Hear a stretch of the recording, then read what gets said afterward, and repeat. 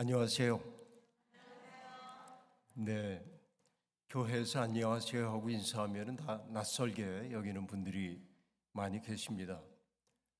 그런데 히브리인들은 만날 때마다 샬롬 하고 인사를 했는데, 샬롬이라고 한 말은 평화라고 번역되기도 하지만은 사실 평화라고 하는 말은 전쟁이 없는 상태를 나타내는 것으로 우리에게 여겨지기 때문에 샬롬의 가장 적절한 번역어는 안녕입니다. 우리가 안녕하다고 하는 것은 전쟁이 없는 상태도 물론이고 또 자식도 속썩이지 말아야 되고 사업도 잘 돼야 하고 또 배도 골치 않아야 하고 몸도 아프지 않아야 하고 두루두루 평안할 때가 안녕한 상태인데, 그러니까 평화라고 하는 인사말도 매우 좋지만 안녕하세요 이 인사말이 성서가 혹은 히브리인들이 가르쳐주고 있는 샬롬이라고 한 말에 가장 가깝다, 이렇게 말씀드릴 수 있겠습니다. 여러분 안녕하시죠? 미국에 제가 종종 이렇게 들어와서 여러 어르신들 만나 뵙니다. 저도 이제 나이가 어지간히 됐습니다마는 올해로 43년 동안 목회를 했으니까 저도 나이가 좀 됐잖아요.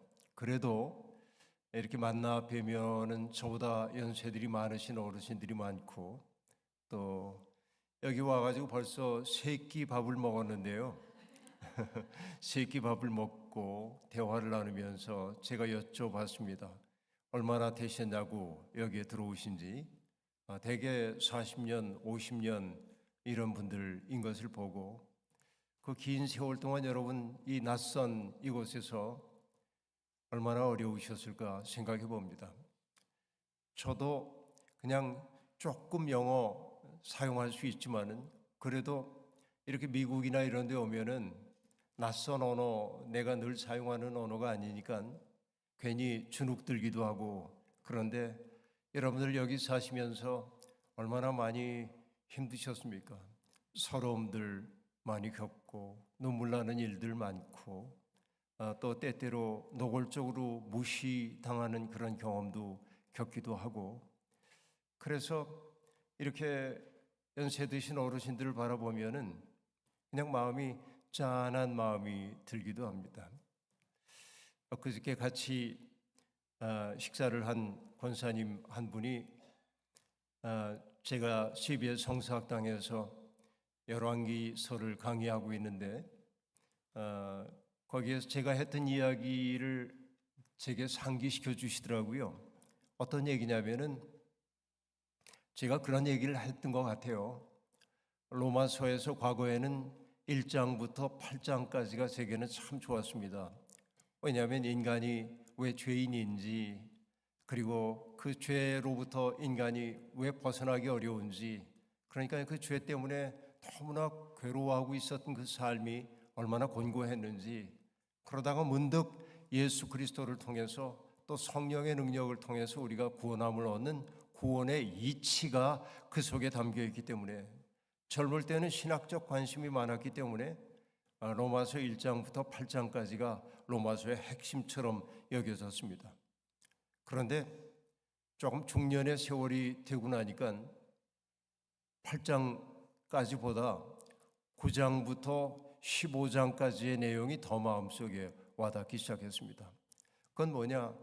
하나님을 통해서, 하나님의 은혜로 예수 그리스도를 통하여 구원을 얻는 사람들이 어떻게 사는지를 보여주는 대목이 9장부터 15장까지 등장합니다. 한마디로 얘기하면 어떻게 사는 게 그리스도인의 삶이라고 말하냐면, 힘 있는 사람이 그렇지 못한 사람의 약함을 담당해주며 살아야 한다. 이게 로마서 9장부터 15장까지 나오는 이야기의 핵심이라고 볼 수 있습니다. 그렇게 사는 게 우리의 몸을, 우리의 마음을 하나님께 바치는 예배래요. 그러니까 이곳에서 지금 우리가 하고 있는 것도 예배이지만은, 내가 어려운 사람들의 어려운 처지를 함께 아파하고 그 어려움을 덜어주기 위해 애를 쓰는 그 모습이야말로 하나님이 가장 기뻐하시는 일이라고 가르치는 게 9장부터 15장까지의 내용입니다. 그런데 이제 저도 나이가 제법 되고 나니까 16장이 좋아져요. 그 16장은 뭐냐면 바울 사도가 로마에 있는 교인들에게 안부를 전해달라고 하면서 이러이러한 사람들에게 안부를 전해주세요. 이 사람들은 나와 함께 고난을 당한 사람들이에요. 이 사람들은 나와 함께 멍에를 함께 메고 일을 한 동역자들입니다. 그러면서 쭉 이름들을 언급합니다. 젊었을 때는 그 이름들 언급하는 게 마치 족보를 보는 것처럼 재미가 없었어요. 그런데 나이 들고 나니까 인생에 남는 건 사람밖에 없더라고요. 그러니까 살아오는 동안에 나를 잊게 해준 그 사람들이 얼마나 소중한지 몰라요. 그러니까 우리는 바울만 기억하고 있는데, 바울이 위대한 사도다 하고 얘기를 하고 있는데, 사실은 그 바울 사도가 위대한 사도가 되기 위해서는 보이지 않는 것에서 헌신해 준 사람들이 있었기 때문임을 로마서 16장은 넌지시 우리에게 보여주고 있습니다. 바울이 바다 위에 떠 있는 배라고 한다면은 거기에 언급된 사람들은 바울의 바다 노릇을 해준 사람들인 것이죠. 여러분, 이곳에 있는 뉴게이트 글로벌 감리교회는 소정일 목사님이라고 하는 분이 사람들에게 알려져 있는 대표입니다. 그러나 소 목사님이 소신껏 일하기 위해서는 바로 이 자리에 있는 여러분들의 헌신이 없다고 한다면 일하실 수 없을 거 아니에요. 그러니까 점점 생각해 보면 사람들 한 분 한 분이 보배로구나 하는 생각들을 해요. 그러니까 여러분들이 그동안 살아왔던 그 세월들을 생각해 보면 참 많은 어려움들이 있었겠다.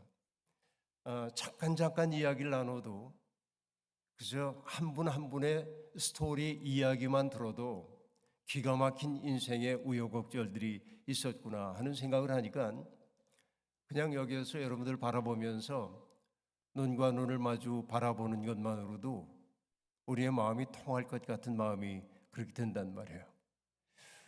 여러분, 60년대, 70년대에 한국에서 가장 많이 불려졌던 찬송가 가운데 하나가 뭐냐면 천부여 의지없어서 손들고 옵니다. 여러분, 어른들은 정말 많이 불렀죠, 그 곡을. 그리고 그 다음이 어떻게 됩니까? 주 나를 박대하시면 나 어디 가리까? 그런단 말이에요. 요즘은 그 찬송가 가사가 좀 바뀌었습니다. 주 나를 외면하시면 나 어디 가리까? 외면이란 말로 바뀌었습니다. 근데 그 찬송가의 맛은 박대라고 해야 맛이 있어요. 왜냐하면 그게 60년대, 70년대에 우리의 누이들, 이분들은 많은 분들이 농촌에 살다가 도시로 올라와서 정말 식모살이를 하기도 하고 여기저기 공장에서 일하기도 하고 서름과 고통을 많이 겪었는데, 그때 유일하게 고향이 되어줬던 게 뭐냐면 교회잖아요. 그러니까 교회에 가서 내 서러운 마음을 털어놓는 거죠. 그러니까 천부여 의지 없어서 손들고 옵니다. 주마저 나를 박대하신다면 나 어디 가겠습니까? 이게 여러분, 우리 가난하던 우리 조국, 또 여러분들이 이곳에 와서 정착하기 위해 애를 썼던 그 시절에 여러분의 심정이 그대로 담겨 있는 찬양일 거라고 생각을 합니다.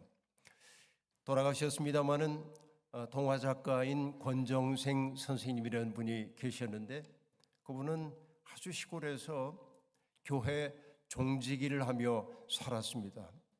어렸을 때 너무 가난해가지고 구걸하는 거지였었고요. 집에서 쫓겨나서 거지로 살았고요. 온갖 병을 다 앓고 그러면서 주옥같이 아름다운 동화를 써서 많은 사람들에게 감동을 줬던 분입니다. 그런데 권정생 선생님의 책을 읽다 보니까 이런 얘기를 해요. 시골 예배당에 겨울이 되면, 여러분 겨울이 얼마나 추운지 모릅니다. 옛날에, 그죠? 그리고 지금 같지 않고 옛날에는 다 방석을 놓고 바닥에 앉았잖아요. 사람들이 장의자가 있는 것도 아니니까.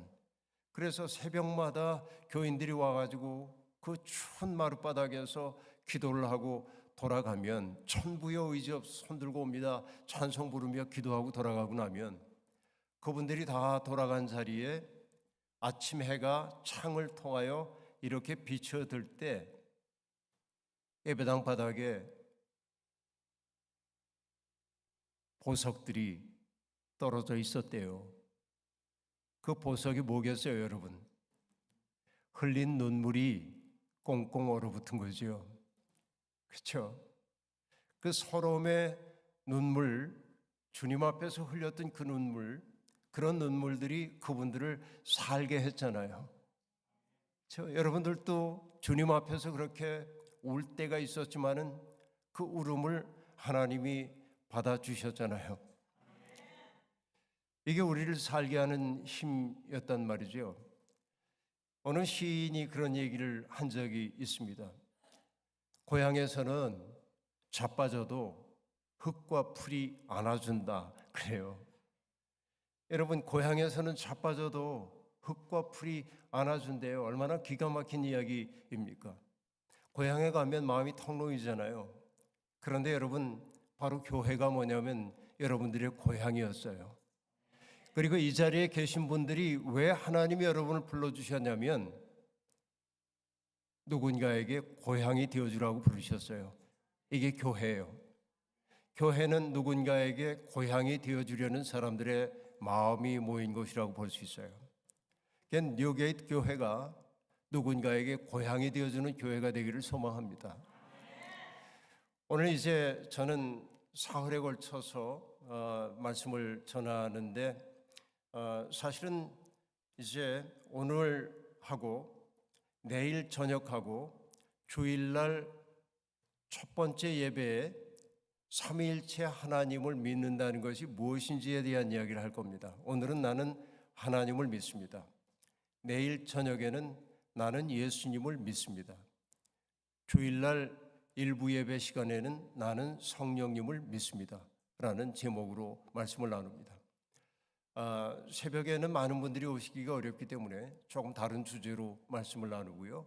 또 주일 3부 예배는 우리 그 외국 미국 분들 많이 오신다고 그래서 통역을 통해서 해야 된다고 그래서 조금 다른 내용으로 구성을 했습니다. 핵심은 우리가 나는 믿습니다라는 고백 속에 있습니다. 여러분, 인간 삶의 가장 중요한 것이 뭐겠어요? 믿음이 아니면 안 됩니다. 내가 이 자리에 안심하고 앉아 있는 까닭은 뭐냐면 여기 천장이 무너져 내리지 않을 거라고 하는 믿음이 있기 때문에 그렇습니다. 의식하지는 않지만 그렇죠? 오늘도 소 목사님 차를 타고 여기까지 왔습니다만 소 목사님이 자랑 삼아 말씀하셨습니다. 미국 사람들 가운데 텍사스 사람들이 약간 운전을 거칠게 한다는 평가도 있지만은 그래도 교통신호를 잘 지켜서 사고가 많지 않습니다. 잘 지키시죠? 여러분들.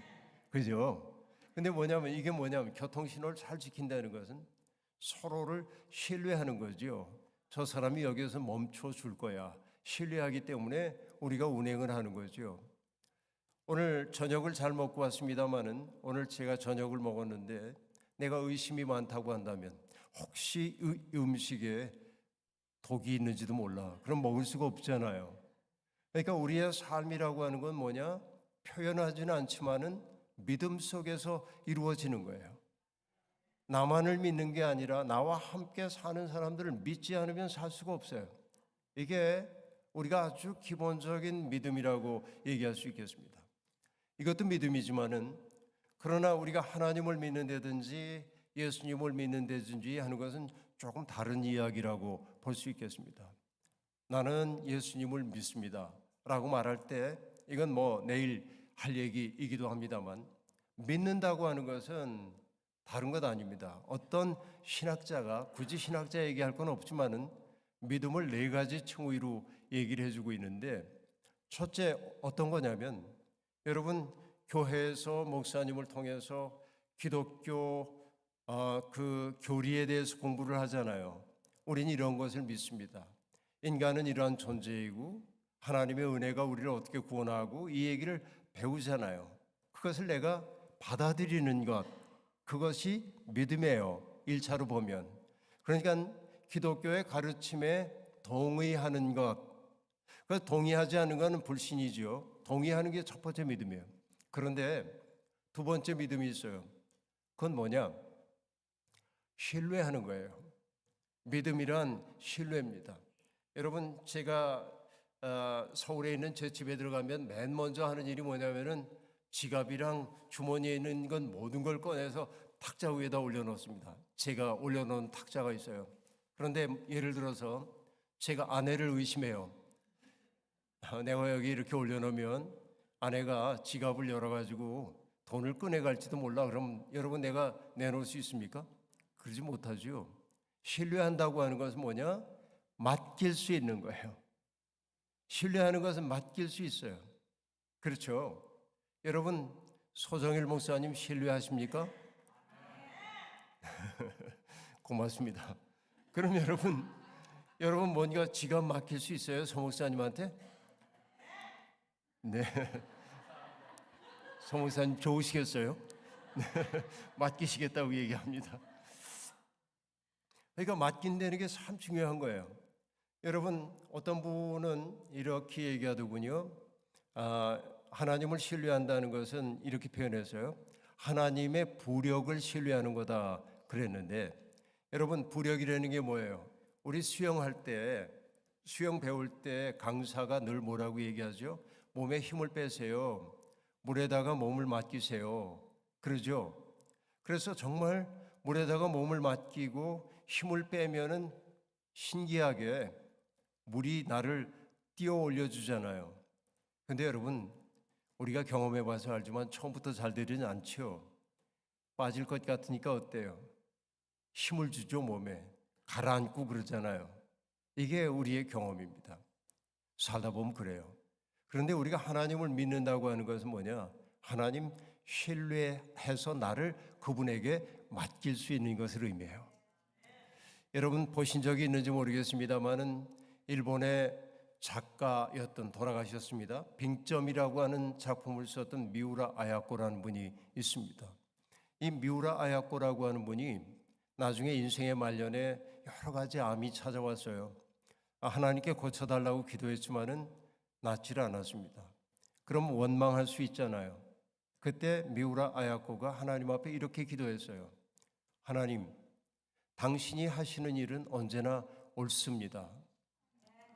왜냐하면 당신은 나보다 나를 더 잘 아시고 나보다 나를 더 사랑하시기 때문입니다. 이게 바로 뭐냐면 신뢰로서의 믿음이에요. 나를 딱 믿고 맡기는 거예요. 십자가에 달리셨던 예수님이 나의 하나님 왜 나를 버리십니까? 탄식하셨지만 침묵하시는 하나님에게 뭐라고 부탁합니까? 아버지, 내 영혼을 아버지께 맡깁니다. 이게 신뢰예요. 믿음이란 이런 것입니다. 내가 이해할 수 없어도 하나님이 나를 사랑하셔. 내게 이 고통이 온 까닭이 뭔지 잘 모르겠어. 그렇지만은 하나님은 나의 고통을 더 나은 것으로 나를 바꿔주시기 위해 사용하실 거야. 신뢰해야 돼요, 여러분. 그렇죠? 지금 어려움을 겪고 있는 분들 있다고 한다면 그 어려움이 나를 망가뜨리도록 하면 안 돼요. 그 어려움을 통해 하나님이 하시려는 일이 있음을 믿으셔야 돼요. 마치 여러분, 우리가 야곱이 야복강에서 하나님의 사자와 씨름을 하다가 여러분 이 환도뼈가 골절되는 어려움을 겪잖아요. 그리고 천사가 이제는 내가 새벽녘이 돼서 돌아가야 되니 놔달라고 얘기할 때 야곱이 뭐라고 얘기합니까? 나를 축복하시기 전에는 놓아드릴 수가 없습니다. 고통을 겪으면서도 그 고통 속에서 축복을 찾아내려고 한단 말이죠. 우리 그렇게 하나님 신뢰해야 돼. 이게 하나님을 믿는다는 두 번째 차원인 신뢰로서의 믿음이에요. 이 신뢰로서의 믿음에 반대되는 말은 뭐냐면은 의심이 아니라 두려움이에요. 걱정하는 마음이에요. 근심하는 마음이에요. 내가 어떻게 될까 봐 근심하는 게 불신의 내용이라고 볼 수 있어요. 그런데 믿음의 세 번째 차원이 있어요. 그건 뭐냐? 여러분, 서로에게 성실한 거예요. 여러분, 한 번은 제가 우리 교회에 원로 장로님 한 분이 돌아가셨는데 그 장로님은 뇌졸중이 와가지고 11년 동안이나 병상에 누워 계셨습니다. 그런데 몸이 좀 크셨어요. 그러니까 부인인 권사님이 남편을 돌봐드리는데 11년 동안을 바깥 출입을 못하는 남편을 돌봐드리기 얼마나 힘들어요. 그런데 11년 동안 몸에 욕창이 난 적도 없고 잘 계시다 가셨어요. 그러니 얼마나 정성을 기울였겠어요. 장례를 마치고 돌아가셔서 장례 마치고 돌아오는 차 안에서 권사님께 제가 여쭤봤어요. 권사님, 그 긴 세월 동안 어떻게 견디셨어요? 그거 어떻게 견디셨어요? 그러자 그 권사님이 소녀 같은 미소를 짓고 호호호 하고 웃으시면서 이렇게 얘기하셨어요. 글쎄, 목사님이 주례하실 때 슬플 때나 기쁠 때나 아플 때나 고통스러울 때도 함께 하겠냐고 물어서 전 철없던 때라 네 하고 대답했지 뭐예요. 여러분, 결혼하는데 이렇게 하겠냐고 얘기할 때 이거 좀 생각해 봐야겠는데요. 그럴 수 없잖아요. 그죠? 여러분도 결혼할 때 다 그렇게 바우를 하시잖아요. 이렇게 하겠습니다. 근데 여러분, 정말 고마운 게 뭐냐면 그 권사님은 그 바우를 지킨 거예요. 서약을 지킨 거예요. 그러니까 아름답잖아요. 그러니까 하나님을 믿는다고 하는 것은 뭐냐면은 하나님과 나 사이에 맺어졌던 그 언약에 충실한 거예요. 그렇죠? 내게 이익이 되면 하나님 따라가고 내게 손해면은 하나님께 등 돌리고 하는 게 아니란 말이에요. 그런데 이스라엘 사람들은 그 성실함으로서의 믿음을 저버릴 때가 많았어요. 성실함으로서의 믿음을 저버리는 걸 뭐라고 얘기하냐면은 우상숭배 그래요. 하나님 아닌 다른 신들을 따라간단 말이죠. 구약 성경은 그렇게 우상을 따라가는 것을 뭐라고 말했냐면 간음, 그렇게 얘기했어요. 간음하는 거라고 얘기했어요. 그러니까 서로에게 신실해야 하는데 신실하지 않은 거죠. 이것도 이제 믿음의 반대예요. 우상숭배, 간음, 그런 겁니다. 근데 믿음의 네 번째 차원이 있어요. 이게 중요합니다. 그 네 번째 차원은 뭐냐? 여러분, 사람은요, 자기가 사랑하는 대상을 닮도록 되어 있습니다. 그렇죠? 여러분, 부부가 오랫동안 살다 보면 닮은 듯한 느낌이 들잖아요. 생판 남이 만나가지고 사는데 살다 보니까 닮아가요. 왜? 똑같은 상황을 겪어내야 하고 똑같이 기뻐하고 똑같이 슬퍼하고 이것을 반복하다 보면 우리의 모습이 닮아갈 수밖에 없죠. 그러니까 내가 누군가를 사랑한다고 한다면 나는 사랑하는 그분을 닮을 수밖에 없어요. 맞아요? 그죠? 여러분, 예수님 사랑하시죠? 대답을 주의하셔야 돼. 이제부터 네, 아멘. 정말 좋아요. 이렇게 대답하신 거 좋아요. 그러면 여러분, 예수님 사랑하시면 여러분은 누구를 닮아야 돼요? 그죠? 자신 있으세요? 대단한데요. 네, 이게 교인들은 지금 자신감이 넘치십니다. 예수님 닮았다고. 고맙습니다. 그런데 여러분, 예수님을 닮는다고 하는 것은 뭐냐? 예수님의 눈으로 사람들을 바라보기 시작하는 거예요. 이전에는 내 눈으로 바라봤어요. 이렇게 보고 잘생겼네, 못생겼네, 늙었네, 뭐 젊었네, 뭐 몸매가 어떠네, 뭐 어떤 사람은 이러네 저러네, 내 마음 가지고 봤단 말이에요. 그러나 예수를 믿는다고 하는 것은 더 이상 내 눈으로 사람들을 바라보고 평가하지 않아요. 예수님의 눈으로 사람들을 바라보기 시작하는 거예요. 예수님은 사람들을 어떻게 대하셨습니까? 주님은 자기 앞에 오는 모든 사람들을 하나님이 보내주신 사람으로 여겼어요. 귀하게 여겼어요. 그러니까 네 번째 믿음의 차원이란 뭐냐? 주님의 눈으로 바라봄이 믿음이에요. 내가 나의 이웃들을, 나에게 주어져 있는 상황들을 예수님의 눈으로, 예수님의 마음으로 대하기 시작할 때 나는 비로소 예수를 믿는다, 이렇게 말할 수 있겠다는 말이죠. 이게 참 중요해요. 자, 네 가지 제가 천천히 얘기했는데 복습 삼아 한번 해볼까요? 첫 번째는 뭐였죠? 가르침에 대한 동의. 그렇죠? 목사님이 우리에게 교리나 또 우리 감리교회 전통이나 이런 거 가르쳐 주셨을 때, 제가 그 믿어요. 동의하는 게 믿음이라고 얘기했어요. 믿지 않는 건 불신입니다.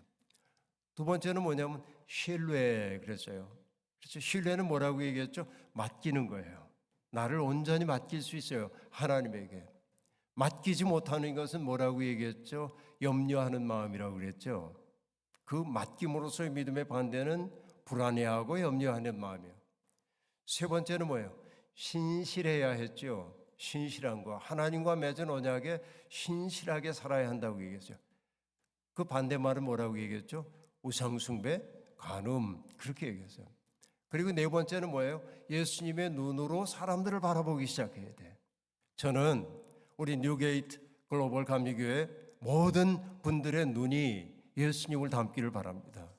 여러분의 마음씀이 예수님을 닮기를 원합니다. 그죠? 그렇게 될 때 우리는 비로소 진실한 마음으로 믿는 사람이라고 말할 수 있겠다 하는 얘기입니다.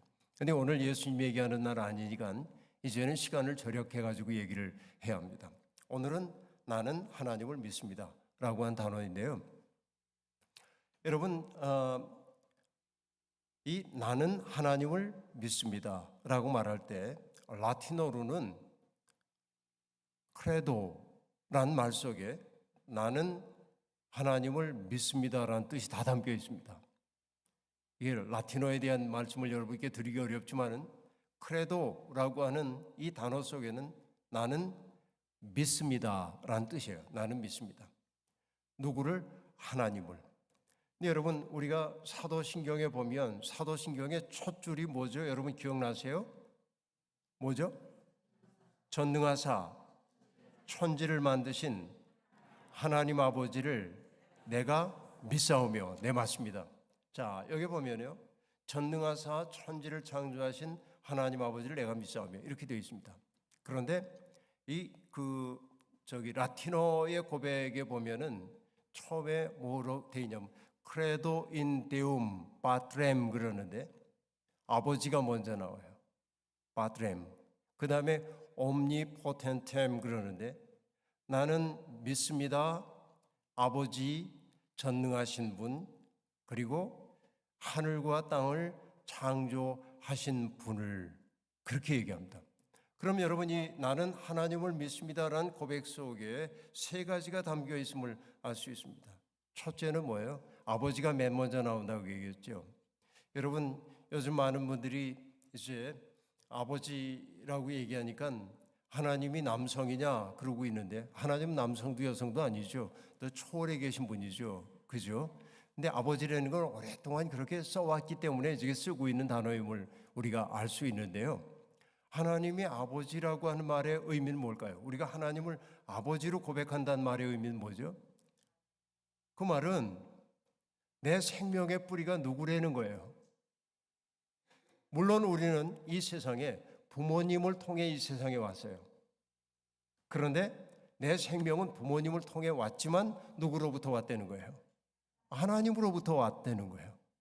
여러분 아세요? 하늘로부터 온 존재가 천사인데 여러분 다 천사예요. 하나님으로부터 왔다고요. 여러분 웃지 못할 농담 같은 얘기가 하나 있는데요. 어느 시골 예배당에서 할머니 한 분이 교회를 처음 나오게 됐는데 그 교회는 목사님이 없어서 전도사님이 교회에 목회를 담당하고 있었습니다. 그런데 어느 날 이제 이 전도사님이 교인들 몇 분을 세례 받을 수 있도록 교육을 다 시킨 다음에 전도사는 세례를 베풀 수가 없어요. 한국 감리교회의 경우에. 그래서 목사님을 청해가지고 세례를 베풀어 달라고 했습니다. 그런데 이 목사님이 와가지고 세례 받으려고 하는 할머니 신자들을 앞에 놓고 문답을 하기 시작했습니다. 그리고 쭉 돌아가며 묻다가 한 할머니에게 이렇게 물었습니다. 성도님, 하나님을 믿으세요? 네. 예수님을 믿으세요? 네. 예수님은 누구시죠? 그러니까 알 수가 없어요. 예수님이 누구라고 대답해야 돼. 원래 알았는데 질문을 하니까 머리가 하얘졌어요. 어떻게 대답할지 몰라요. 여러분도 그런 경우 있죠. 그래서 대답해 보세요. 목사님이 참 못됐어요. 왜 그렇게 윽박질러요? 잘 대답할 수 있도록 유도를 하면 좋은데 윽박질렀어요. 그러자 이 할머니 성도님이 갑자기 생각이 떠올라서 예수님은 나의 오빠이십니다. 그렇게 대답을 했습니다. 그 목사님이 화를 냈어요. 아니, 예수님을 오빠라고 한다고 왜 그러냐고 화를 내자 그 할머니가 이렇게 대답을 했습니다. 예수님도 하나님을 아버지라고 그러고 나도 하나님을 아버지라고 그러고 그러니까 족보가 예수님은 내 오빠라고 그렇게 그러면 대답 잘한 거지 뭐, 그죠? 제가 그 목사였다고 한다면 세례를 드렸을 텐데 세례를 안 주고 갔대요. 화가 나가지고. 그건 뭐냐면 그 할머니의 문제가 아니라 그 목사가 문제가 있는 사람입니다. 뭔가를 잘 이해하지 못하는 분이라고 볼 수 있어요. 근데 여러분 이게 참 중요해요. 우리가 하나님을 아버지라고 얘기할 때 하나님이 아버지라고 하는 얘기는 달리 얘기하면 하나님도 얘기하는 거지만 내 얘기를 하고 있는 거예요. 어떤 말? 내 생명이 세상 사람들이 보기에는 내가 보잘것없는 사람처럼 보이는지 몰라도 사람들은 자꾸 사람들을 이렇게 재잖아요. 비교하잖아요. 그래서 뭐 잘났느니 못났느니 뭐 많이 배웠느니 못 배웠느니 어쩌고 이렇게 얘기하고 있는데 그러나 여러분 그 사람이나 나나 모두 누구로부터 왔어요? 하나님으로부터 왔다. 다시 얘기하면 나의 인생은 무한히 값지다. 하나님께로부터 왔기 때문에 이 자부심을 여러분 가지시길 바랍니다. 그렇죠? 그러면 하나님이 나를 이 세상에 왜 보내셨을까요? 내 생명이 하나님께로부터 왔다고 한다면 내가 하나님이 나를 이 세상에 보내신 까닭이 뭘까를 우리가 물어야 돼요. 그죠? 여러분 그거 아세요? 하나님은요 바로 이 자리에 있는 여러분 한 사람 한 사람을 통하지 않고는 할 수 없는 일이 있어서 여러분을 보내셨어요. 아니 나 같은 게 뭘 한다고. 근데 여러분 생각해 보세요. 여러분 지금 저는 여기 미국에 혼자 왔습니다마는 한국에는 제 아내가 하나가 있습니다. 당연하죠? 당연한데요. 그런데 제 아내에게 저는 이 세상에서 유일한 남편일 겁니다. 아마 그러리라고 생각해요. 저는 이게 중요해요. 그러면은 내가 남편으로서 그 아내가 필요로 하는 것을 해줄 수 있는 사람은 나밖에 없어요, 세상에. 내 자식에게 나는 유일한 아빠입니다. 그렇죠? 내 손자, 손녀에게도 나는 유일한 존재입니다. 내가 주지 않으면은 갈 수 없는 사랑이 있는 거예요. 하나님은 나를 통하여 누군가를 어루만지고 고치기를 원하세요. 그러니까 여러분이 이 세상에 보냄을 받은 까닭은 뭐냐면 여러분을 통하지 않고는 이 세상을 아름답게 만들 수 없기 때문에 하나님이 초대해 주셨어요. 그러니까 지금 여러분 옆에서 여러분을 괴롭게 하는 가족 가운데 누군가가 있다 할지라도 오늘부터는 생각을 좀 바꿔 먹으세요. 얘 때문에 내가 미치겠어 그러지 말고 내가 아니면 누가 너를 응? 하나님은 바로 이 일을 하라고 날 보내셨는데 응? 전 이 생각할 때마다 감동합니다. 여러분 이게 굉장히 그 20세기에 아주 가장 위대한 정치 철학자가 한 얘기인데 그건 옛날부터 어떤 그 정말 놀라운 얘기인데 모든 사람의 탄생은 새로운 시작이래요. 여러분 나에게 주어져 있는 인생을 비관하고 내 인생 보잘것없는 것 같고 이렇게 우울함 속에 빠져 있는 사람들이 있는데 인간의 인간됨이라고 하는 것은 뭐냐면 절망의 어둠 속에서도 난 다시 시작할 거야 라는 용기를 갖는 거예요. 난 다시 시작할 수 있어. 왜? 난 하나님께로부터 보냄을 받았으니까. 여러분 이것이 여러분 나는 믿나이다 아버지이신 하나님을 이라고 얘기할 때 그 고백 속에 담겨있는 의미예요. 무심코 하면 안 돼요. 여러분, 하나님을 아버지라고 고백하는 그때마다 여러분 기억하세요. 하나님은 나에게 기대가 많으시다 말이지. 나를 통해 하시고 싶어하는 일이 많으시다. 그런데 여러분에게 하나님이 요구하시는 것이 무엇인지 저는 몰라요. 그런데 여러분은 알 수 있어요. 하나님이 여러분에게 뭘 바라고 계시는지를. 그죠?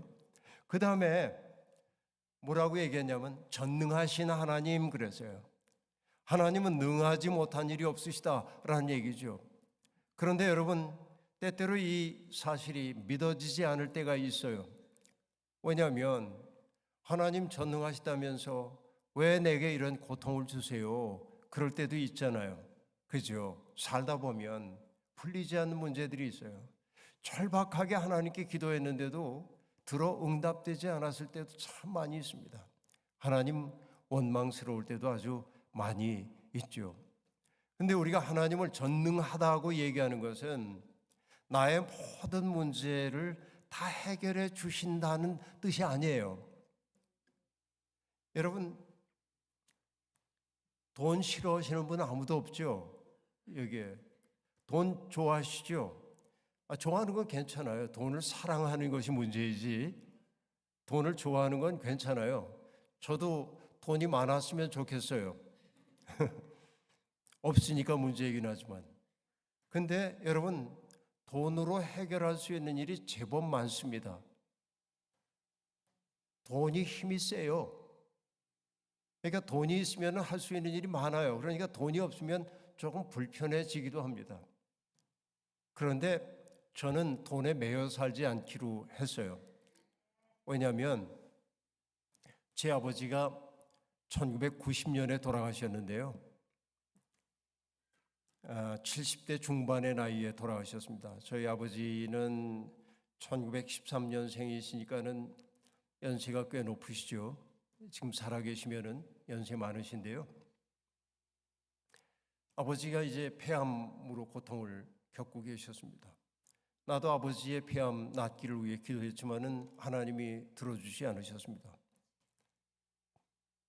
그런데 생각해 보니까 제가 아버지의 막내 아들로 태어났는데 8남매 중에 제가 막내인데 보니까 아버지의 삶에 대해서 아무것도 모르는 거예요, 제가.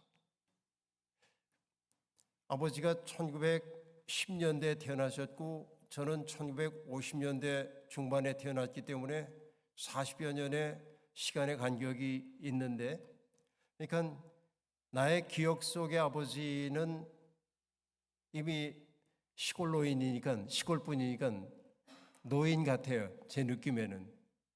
근데 그 이전에 아버지가 일제시대 때 어떻게 사셨는지, 전쟁 때 어떻게 사셨는지 아무것도 모르는 거예요, 아들인데도 불구하고. 그래서 아버지에게 부탁을 드렸어요. 아버지의 명색이 아버지의 아들인데 아버지의 삶을 제가 하나도 몰라요. 죄송한 부탁이지만은 아버지 살아오신 이야기를 좀 적어주세요. 왜냐하면 저희 아버지는 글 쓰는 것을 매우 좋아하셨기 때문에. 그래서 노트 2권을 사다가 아버지께 드렸고, 아버지는 병중에 계시면서도 당신이 살아오신 내력을 꼼꼼하게 적기 시작하셨습니다. 대학 노트 2권 분량에 당신의 살아오신 이야기를 적었습니다. 근데 거의 마지막 페이지의 문장은 이렇게 되어 있습니다. 이제는 몸이 아파서 더 이상 쓸 수가 없다. 돌아가시기 일주일 전입니다. 이제 몸이 아파서 더 이상 쓸 수가 없다. 내가 바라는 것은 이렇게 얘기합니다. 1,000만 금이 있으면 무슨 소용인가? 1,000만 금이 있다 해도 내가 저 밖에 나가서 피어나는 꽃을 바라볼 수 없으니, 내 뺨을 스치는 바람을 느낄 수 없으니 1,000만 금이 무슨 소용인가? 아버지의 그 마지막 말입니다, 거의. 그러면서 나의 자식들이 사는 세상은 고요한 호숫가에 유람선이 선유하고 있는 평화로운 세상이기를 바란다. 끝. 그렇게 쓰셨어요.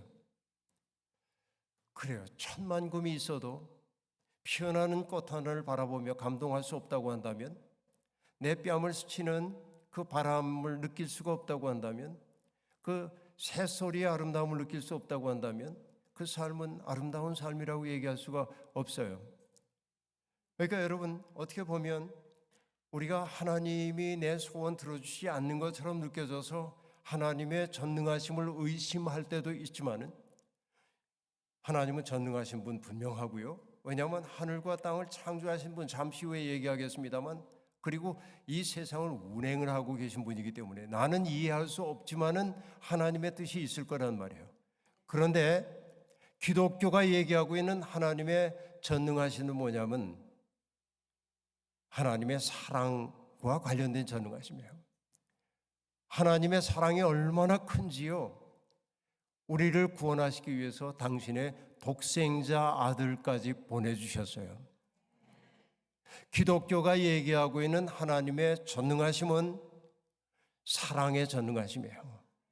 우리를 포기하시지 않는 전능하심이에요. 우리가 제 아무리 낮은 곳으로 떨어진다 해도 하나님의 은혜 밖으로 떨어질 수 없도록 하시는 분이 하나님이에요. 때때로 우리의 삶에 고통이 다가오고 때때로 시련이 찾아오기도 하지만은 하나님은 한 번도 우리를 버리시지 않는 그 사랑이 하나님의 전능이시단 말이죠. 우리는 이 사실을 분명히 믿습니다. 그렇죠? 그 다음에 하나님을 뭐라고 얘기를 했냐면 땅과 하늘의 창조자이신이라고 말합니다. 온 세상을 창조하셨대요. 그럼 여러분, 이 말 속에 담겨있는 우리의 삶은 어떠해야 합니까? 자, 여러분, 이 앞에 서서 말씀을 전하고 있는 제가 하나님이 저를 창조하셨음을 믿습니까? 응답이 별로 없는데요. 아무래도 저는 실패한 것 같은데요. 다시 한번 그럼 소정일 목사님으로 여쭤보겠습니다. 여러분, 소정일 목사님을 하나님께서 만드신 분임을 믿습니까? 네, 아주 크게 대답을 해주셨습니다. 여러분, 그렇게 믿으시는 거죠? 분명하게. 네, 그렇습니다. 그 말은 뭐냐면은, 그러면 하나님이 소정일 목사님을 창조하신 것이 분명하다고 한다면 내가 소 목사님을 함부로 대할 수 있어요, 없어요? 하나님의 작품인데, 그죠? 그럼 여러분, 소정일 목사님만 하나님의 작품이에요? 아니고 이 자리에 있는 모든 분들이 하나님께로부터 왔기 때문에 뭐예요? 소중한 존재들이에요. 그것을 우리가 정말로 믿는다고 한다면, 하나님을 창조주로 믿는다고 하는 것은 과학자들과 싸워가지고서는 뭐 창조론이 맞냐 진화론이 맞냐 그런 얘기가 아니에요. 하나님이 세상을 창조하셨다고 한 말에 담겨있는 가장 중요한 메시지는 세상에 존재하는 모든 것들이 하나님께로부터 왔기에 나는 함부로 할 수 없다. 어떤 것도 정말 아끼고 귀히 여겨야 한다는 거예요. 함부로 그것을 파괴하면 안 된다 하는 얘기입니다. 오늘 우리가 살고 있는 이 세상이 기후 변화가 심각하고 이젠 이 지구의 운명이 얼마 안 남았다고 하는 과학적인 우물한 얘기들도 들려옵니다. 그 뭐 때문에 그래요? 하나님의 천지 창조를 믿지 않고 세상을 닥달해가지고 인간의 탐욕적인 삶을 만족시키려 했기 때문에 그렇습니다. 그러니까 하나님이 세상을 창조하셨다고 믿는다고 한다면 귀히 여기기 시작해야 돼. 하나님을 창조주로 믿는 사람들의 가장 귀한 특색이 뭐냐면 사람 귀한 줄을 알고 자연 귀한 줄을 알고 아끼며 사는 거예요. 여러분의 삶이 그렇게 되기를 원해요. 그렇게 보면 여러분, 여기에 보니까 우리가 사도신경 때때로 무심해할 때가 많았지만은 나는 하나님을 믿나이다 할 때 전능하사 천지를 만드신 하나님 아버지를 내가 믿사오며라는 이 짤막한 구절 속에 어마어마한 의미가 담겨 있음을 알 수 있겠죠. 그죠? 다시 한번 생각해 보세요. 하나님을 아버지라고 하는 건 뭐예요? 내 삶의 뿌리가 하나님이다, 그 얘기지. 나 같은 게 왜 이 세상에 태어났는지 몰라. 이런 소리 하면 안 돼요. 내 삶은 고통스럽다 할지라도 하나님이 나를 통해 하시고 싶은 일이 있기 때문에 나를 보내셨다. 그 일이 뭔지를 여러분 찾아내야 하고 그 일을 감당해야 돼. 그리고 하나님의 전능하심은 뭐라고 얘기를 했죠? 사랑의 전능하심이에요. 어떤 경우에도 우리를 버리지 아니하시고 당신의 독생자 아들까지 보내주시는 무한대한 사랑의 하나님, 그 사랑의 하나님이 전능하심이란 말이에요. 그리고 하나님이 세상을 창조하셨다고 믿는다고 한다면은 우리의 태도는 뭐냐면 세상에 있는 어떤 것도 함부로 대하면 안 된다라고 하는 사실인 거죠. 맞습니까, 여러분? 그렇죠. 그럼 여러분 이제 짧은 시간 동안 여러분께 말씀을 드리겠습니다. 하나님이 어떤 분인지에 대한 이야기를 조금만 더 하고 오늘 얘기를 마칠 텐데요. 여러분 모세가 호렙산에서 하나님 만난 이야기를 우리가 잘 알고 있습니다. 떨기나무에 불이 붙어 있었습니다. 그런데 놀랍게도 그 떨기나무가 재가 되어 사라지지 않는 겁니다. 모세는 낯선 광경을 바라보면서 그 앞으로 다가갔어요. 그때 떨기나무 속에서 소리가 들려왔습니다. 모세야 모세야, 내가 선 곳은 거룩한 곳이니 땅이니 내 발에서 신을 벗어라 하는 소리가 들려옵니다. 그 모세가 신을 벗었겠죠. 그 앞에 엎드립니다. 그때 하나님이 말씀하십니다. 나는 내 조상의 하나님, 아브라함의 하나님, 이삭의 하나님, 야곱의 하나님이다 라고 말합니다. 여러분 이게 참 중요합니다. 저도 아주 늦게야 예수를 믿었는데요. 청년 시절에 예수를 처음 믿었는데요.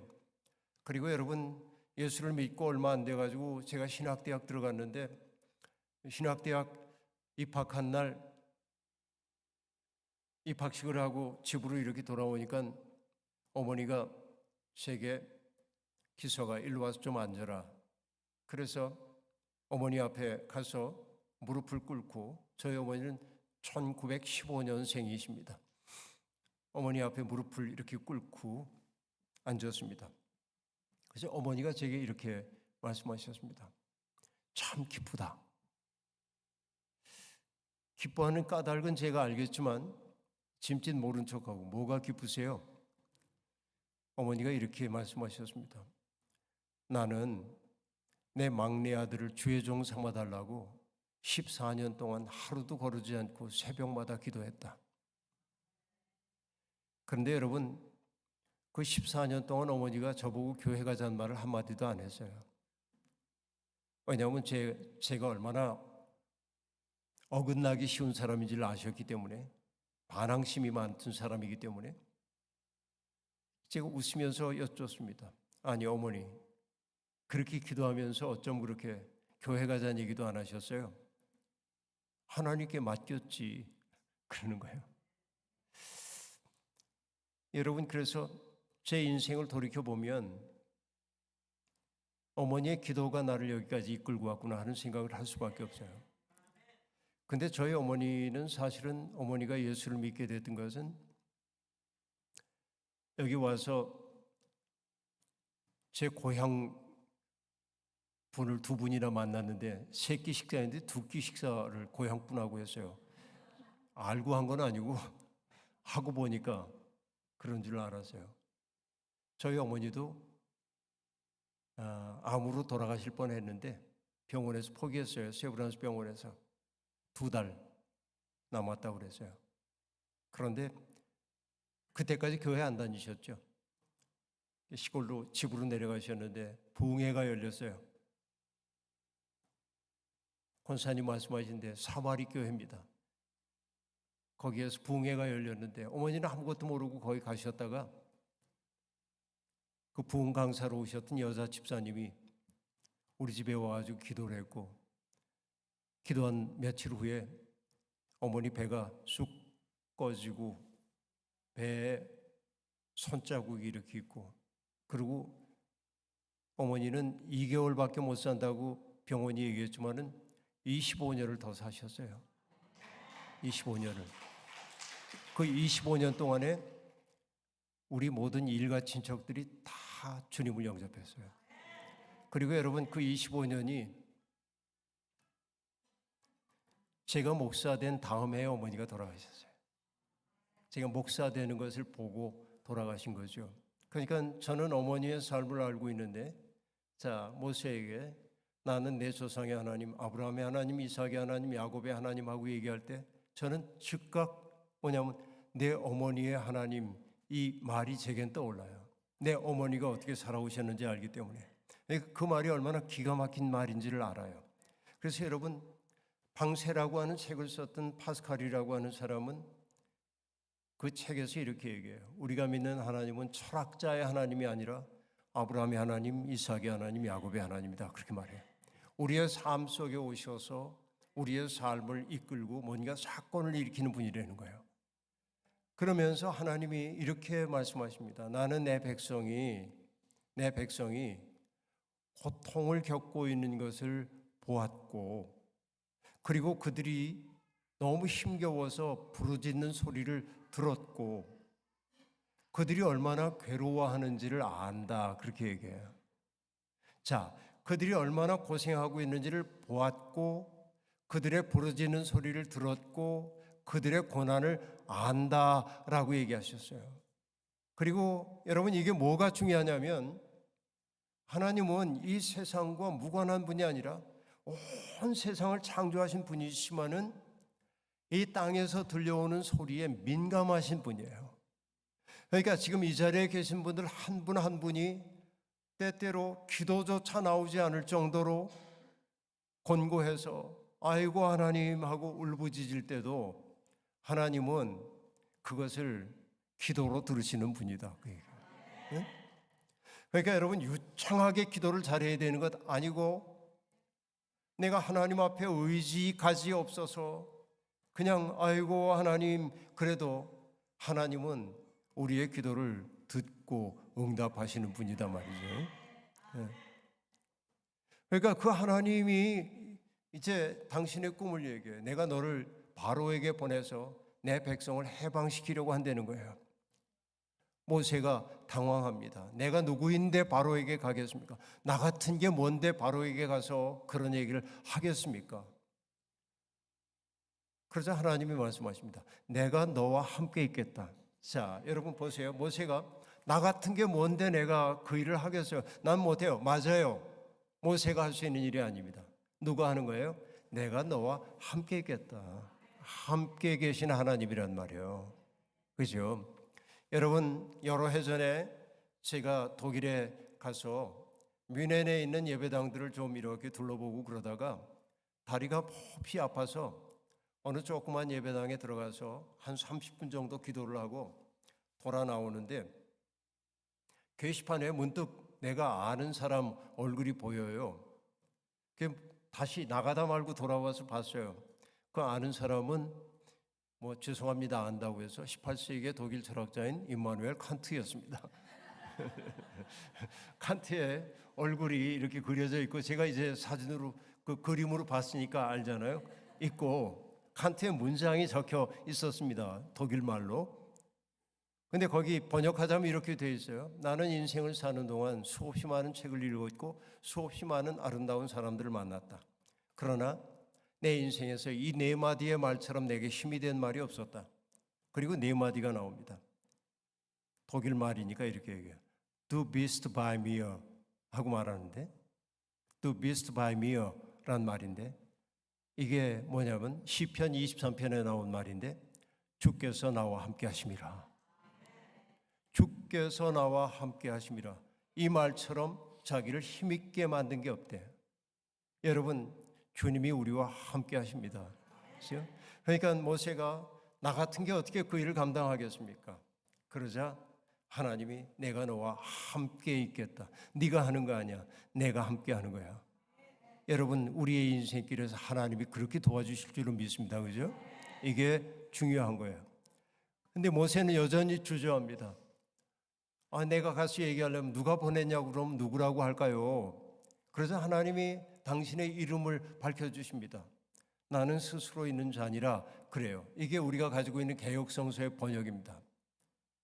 근데 사실 새 번역은 그걸 뭐라고 번역했냐면 나는 곧 나다 그랬어요.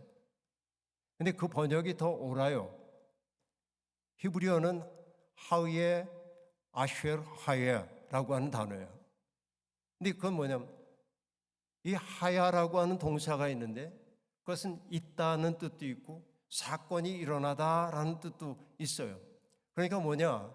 하나님은 어떤 분이냐면 사건을 일으키는 분이라는 거예요. 우리의 삶 속에 오셔가지고 뭔가 사건을 일으켜요. 그러니까 하나님은 언제나 우리에게 오셔서 당신의 모습을 드러내실 때 우리는 알기 시작해요. 여러분을 구원하신 것도 하나님 아닙니까? 내가 구원받은 게 아니라 내가 스스로를 구원한 게 아니라 뭐예요? 하나님이 내 속에서 하나님을 믿는 사건을 일으켜서 내가 믿게 된 거잖아요. 그래요. 그러니까 여러분, 하나님은 뭔가 우리 속에서 새로운 일을 시작하기를 원하시는 분이다. 나는 하나님을 믿습니다라고 하는 말의 의미는 뭐냐면은 하나님은 끊임없이 내 삶 속에 새로운 일을 기획하고 계시다. 그래서 우리가 물어야 할 것은 뭐냐면 하나님, 오늘 저를 통해 하시고 싶은 일이 뭡니까? 그래서 여러분, 그리스의 문학가였던 이 코스카자자키스라는 사람은 이런 말을 한 적이 있습니다. 하나님 앞에서 우리가 바쳐야 할 기도는 어린아이의 칭얼거림이 아니라 사령관 앞에 보고하는 병사와 같아야 한다. 오늘 당신의 작전 명령에 따라 나는 이렇게 살았고 이렇게 성공했고 이렇게 실패했습니다. 그리고 더 시키실 일 없으십니까? 이렇게 물어야 된대요. 여러분, 우리는 때때로 하나님 앞에 내 어려운 사정들을 아뢰고 도와달라고 기도해야 합니다. 그러나 동시에 우리가 해야 할 기도는 뭐냐면 주님, 제게 시키실 일 있으십니까? 여러분, 반드시 물어야 합니다. 하나님이 나를 통해 하시고 싶어하는 일이 뭔지 우린 그거 알 수 있어요. 우리의 일상적인 상황 속에서 하나님이 나를 통해 하시고 싶어하는 일이 뭔지를 알아차릴 수 있단 말이죠. 여러분의 삶이 그렇게 깊어가기를 원하고요. 우리가 믿는 하나님은 그런 하나님입니다. 예수 그리스도를 통해서 하나님이 어떻게 드러나는지 내일 저녁에 얘기하겠고요. 오늘 사도신경의 첫 구절 이야기를 여러분 머릿속에 가만히 그려보시면서 아, 내가 이런 하나님을 믿는 사람이네. 내가 이런 하나님의 백성으로 부름을 받았네. 감격하면서 내가 바로 하나님의 작품이라는 사실을 잊지 마시고 하나님의 꿈을 이루기 위해서 해산의 수고를 감당하는 우리가 되기를 주의 이름으로 축원합니다. 자비로우신 하나님, 부족한 종을 세우셔서 말씀을 전하게 하셨으니 감사합니다. 오늘 이 저녁에 주 앞에 나와 정성된 마음으로 예배를 드린 당신의 모든 백성들을 받으시고 주님, 저들의 삶을 통하여 큰 영광 받아 주옵소서. 예수님의 이름으로 기도하옵나이다.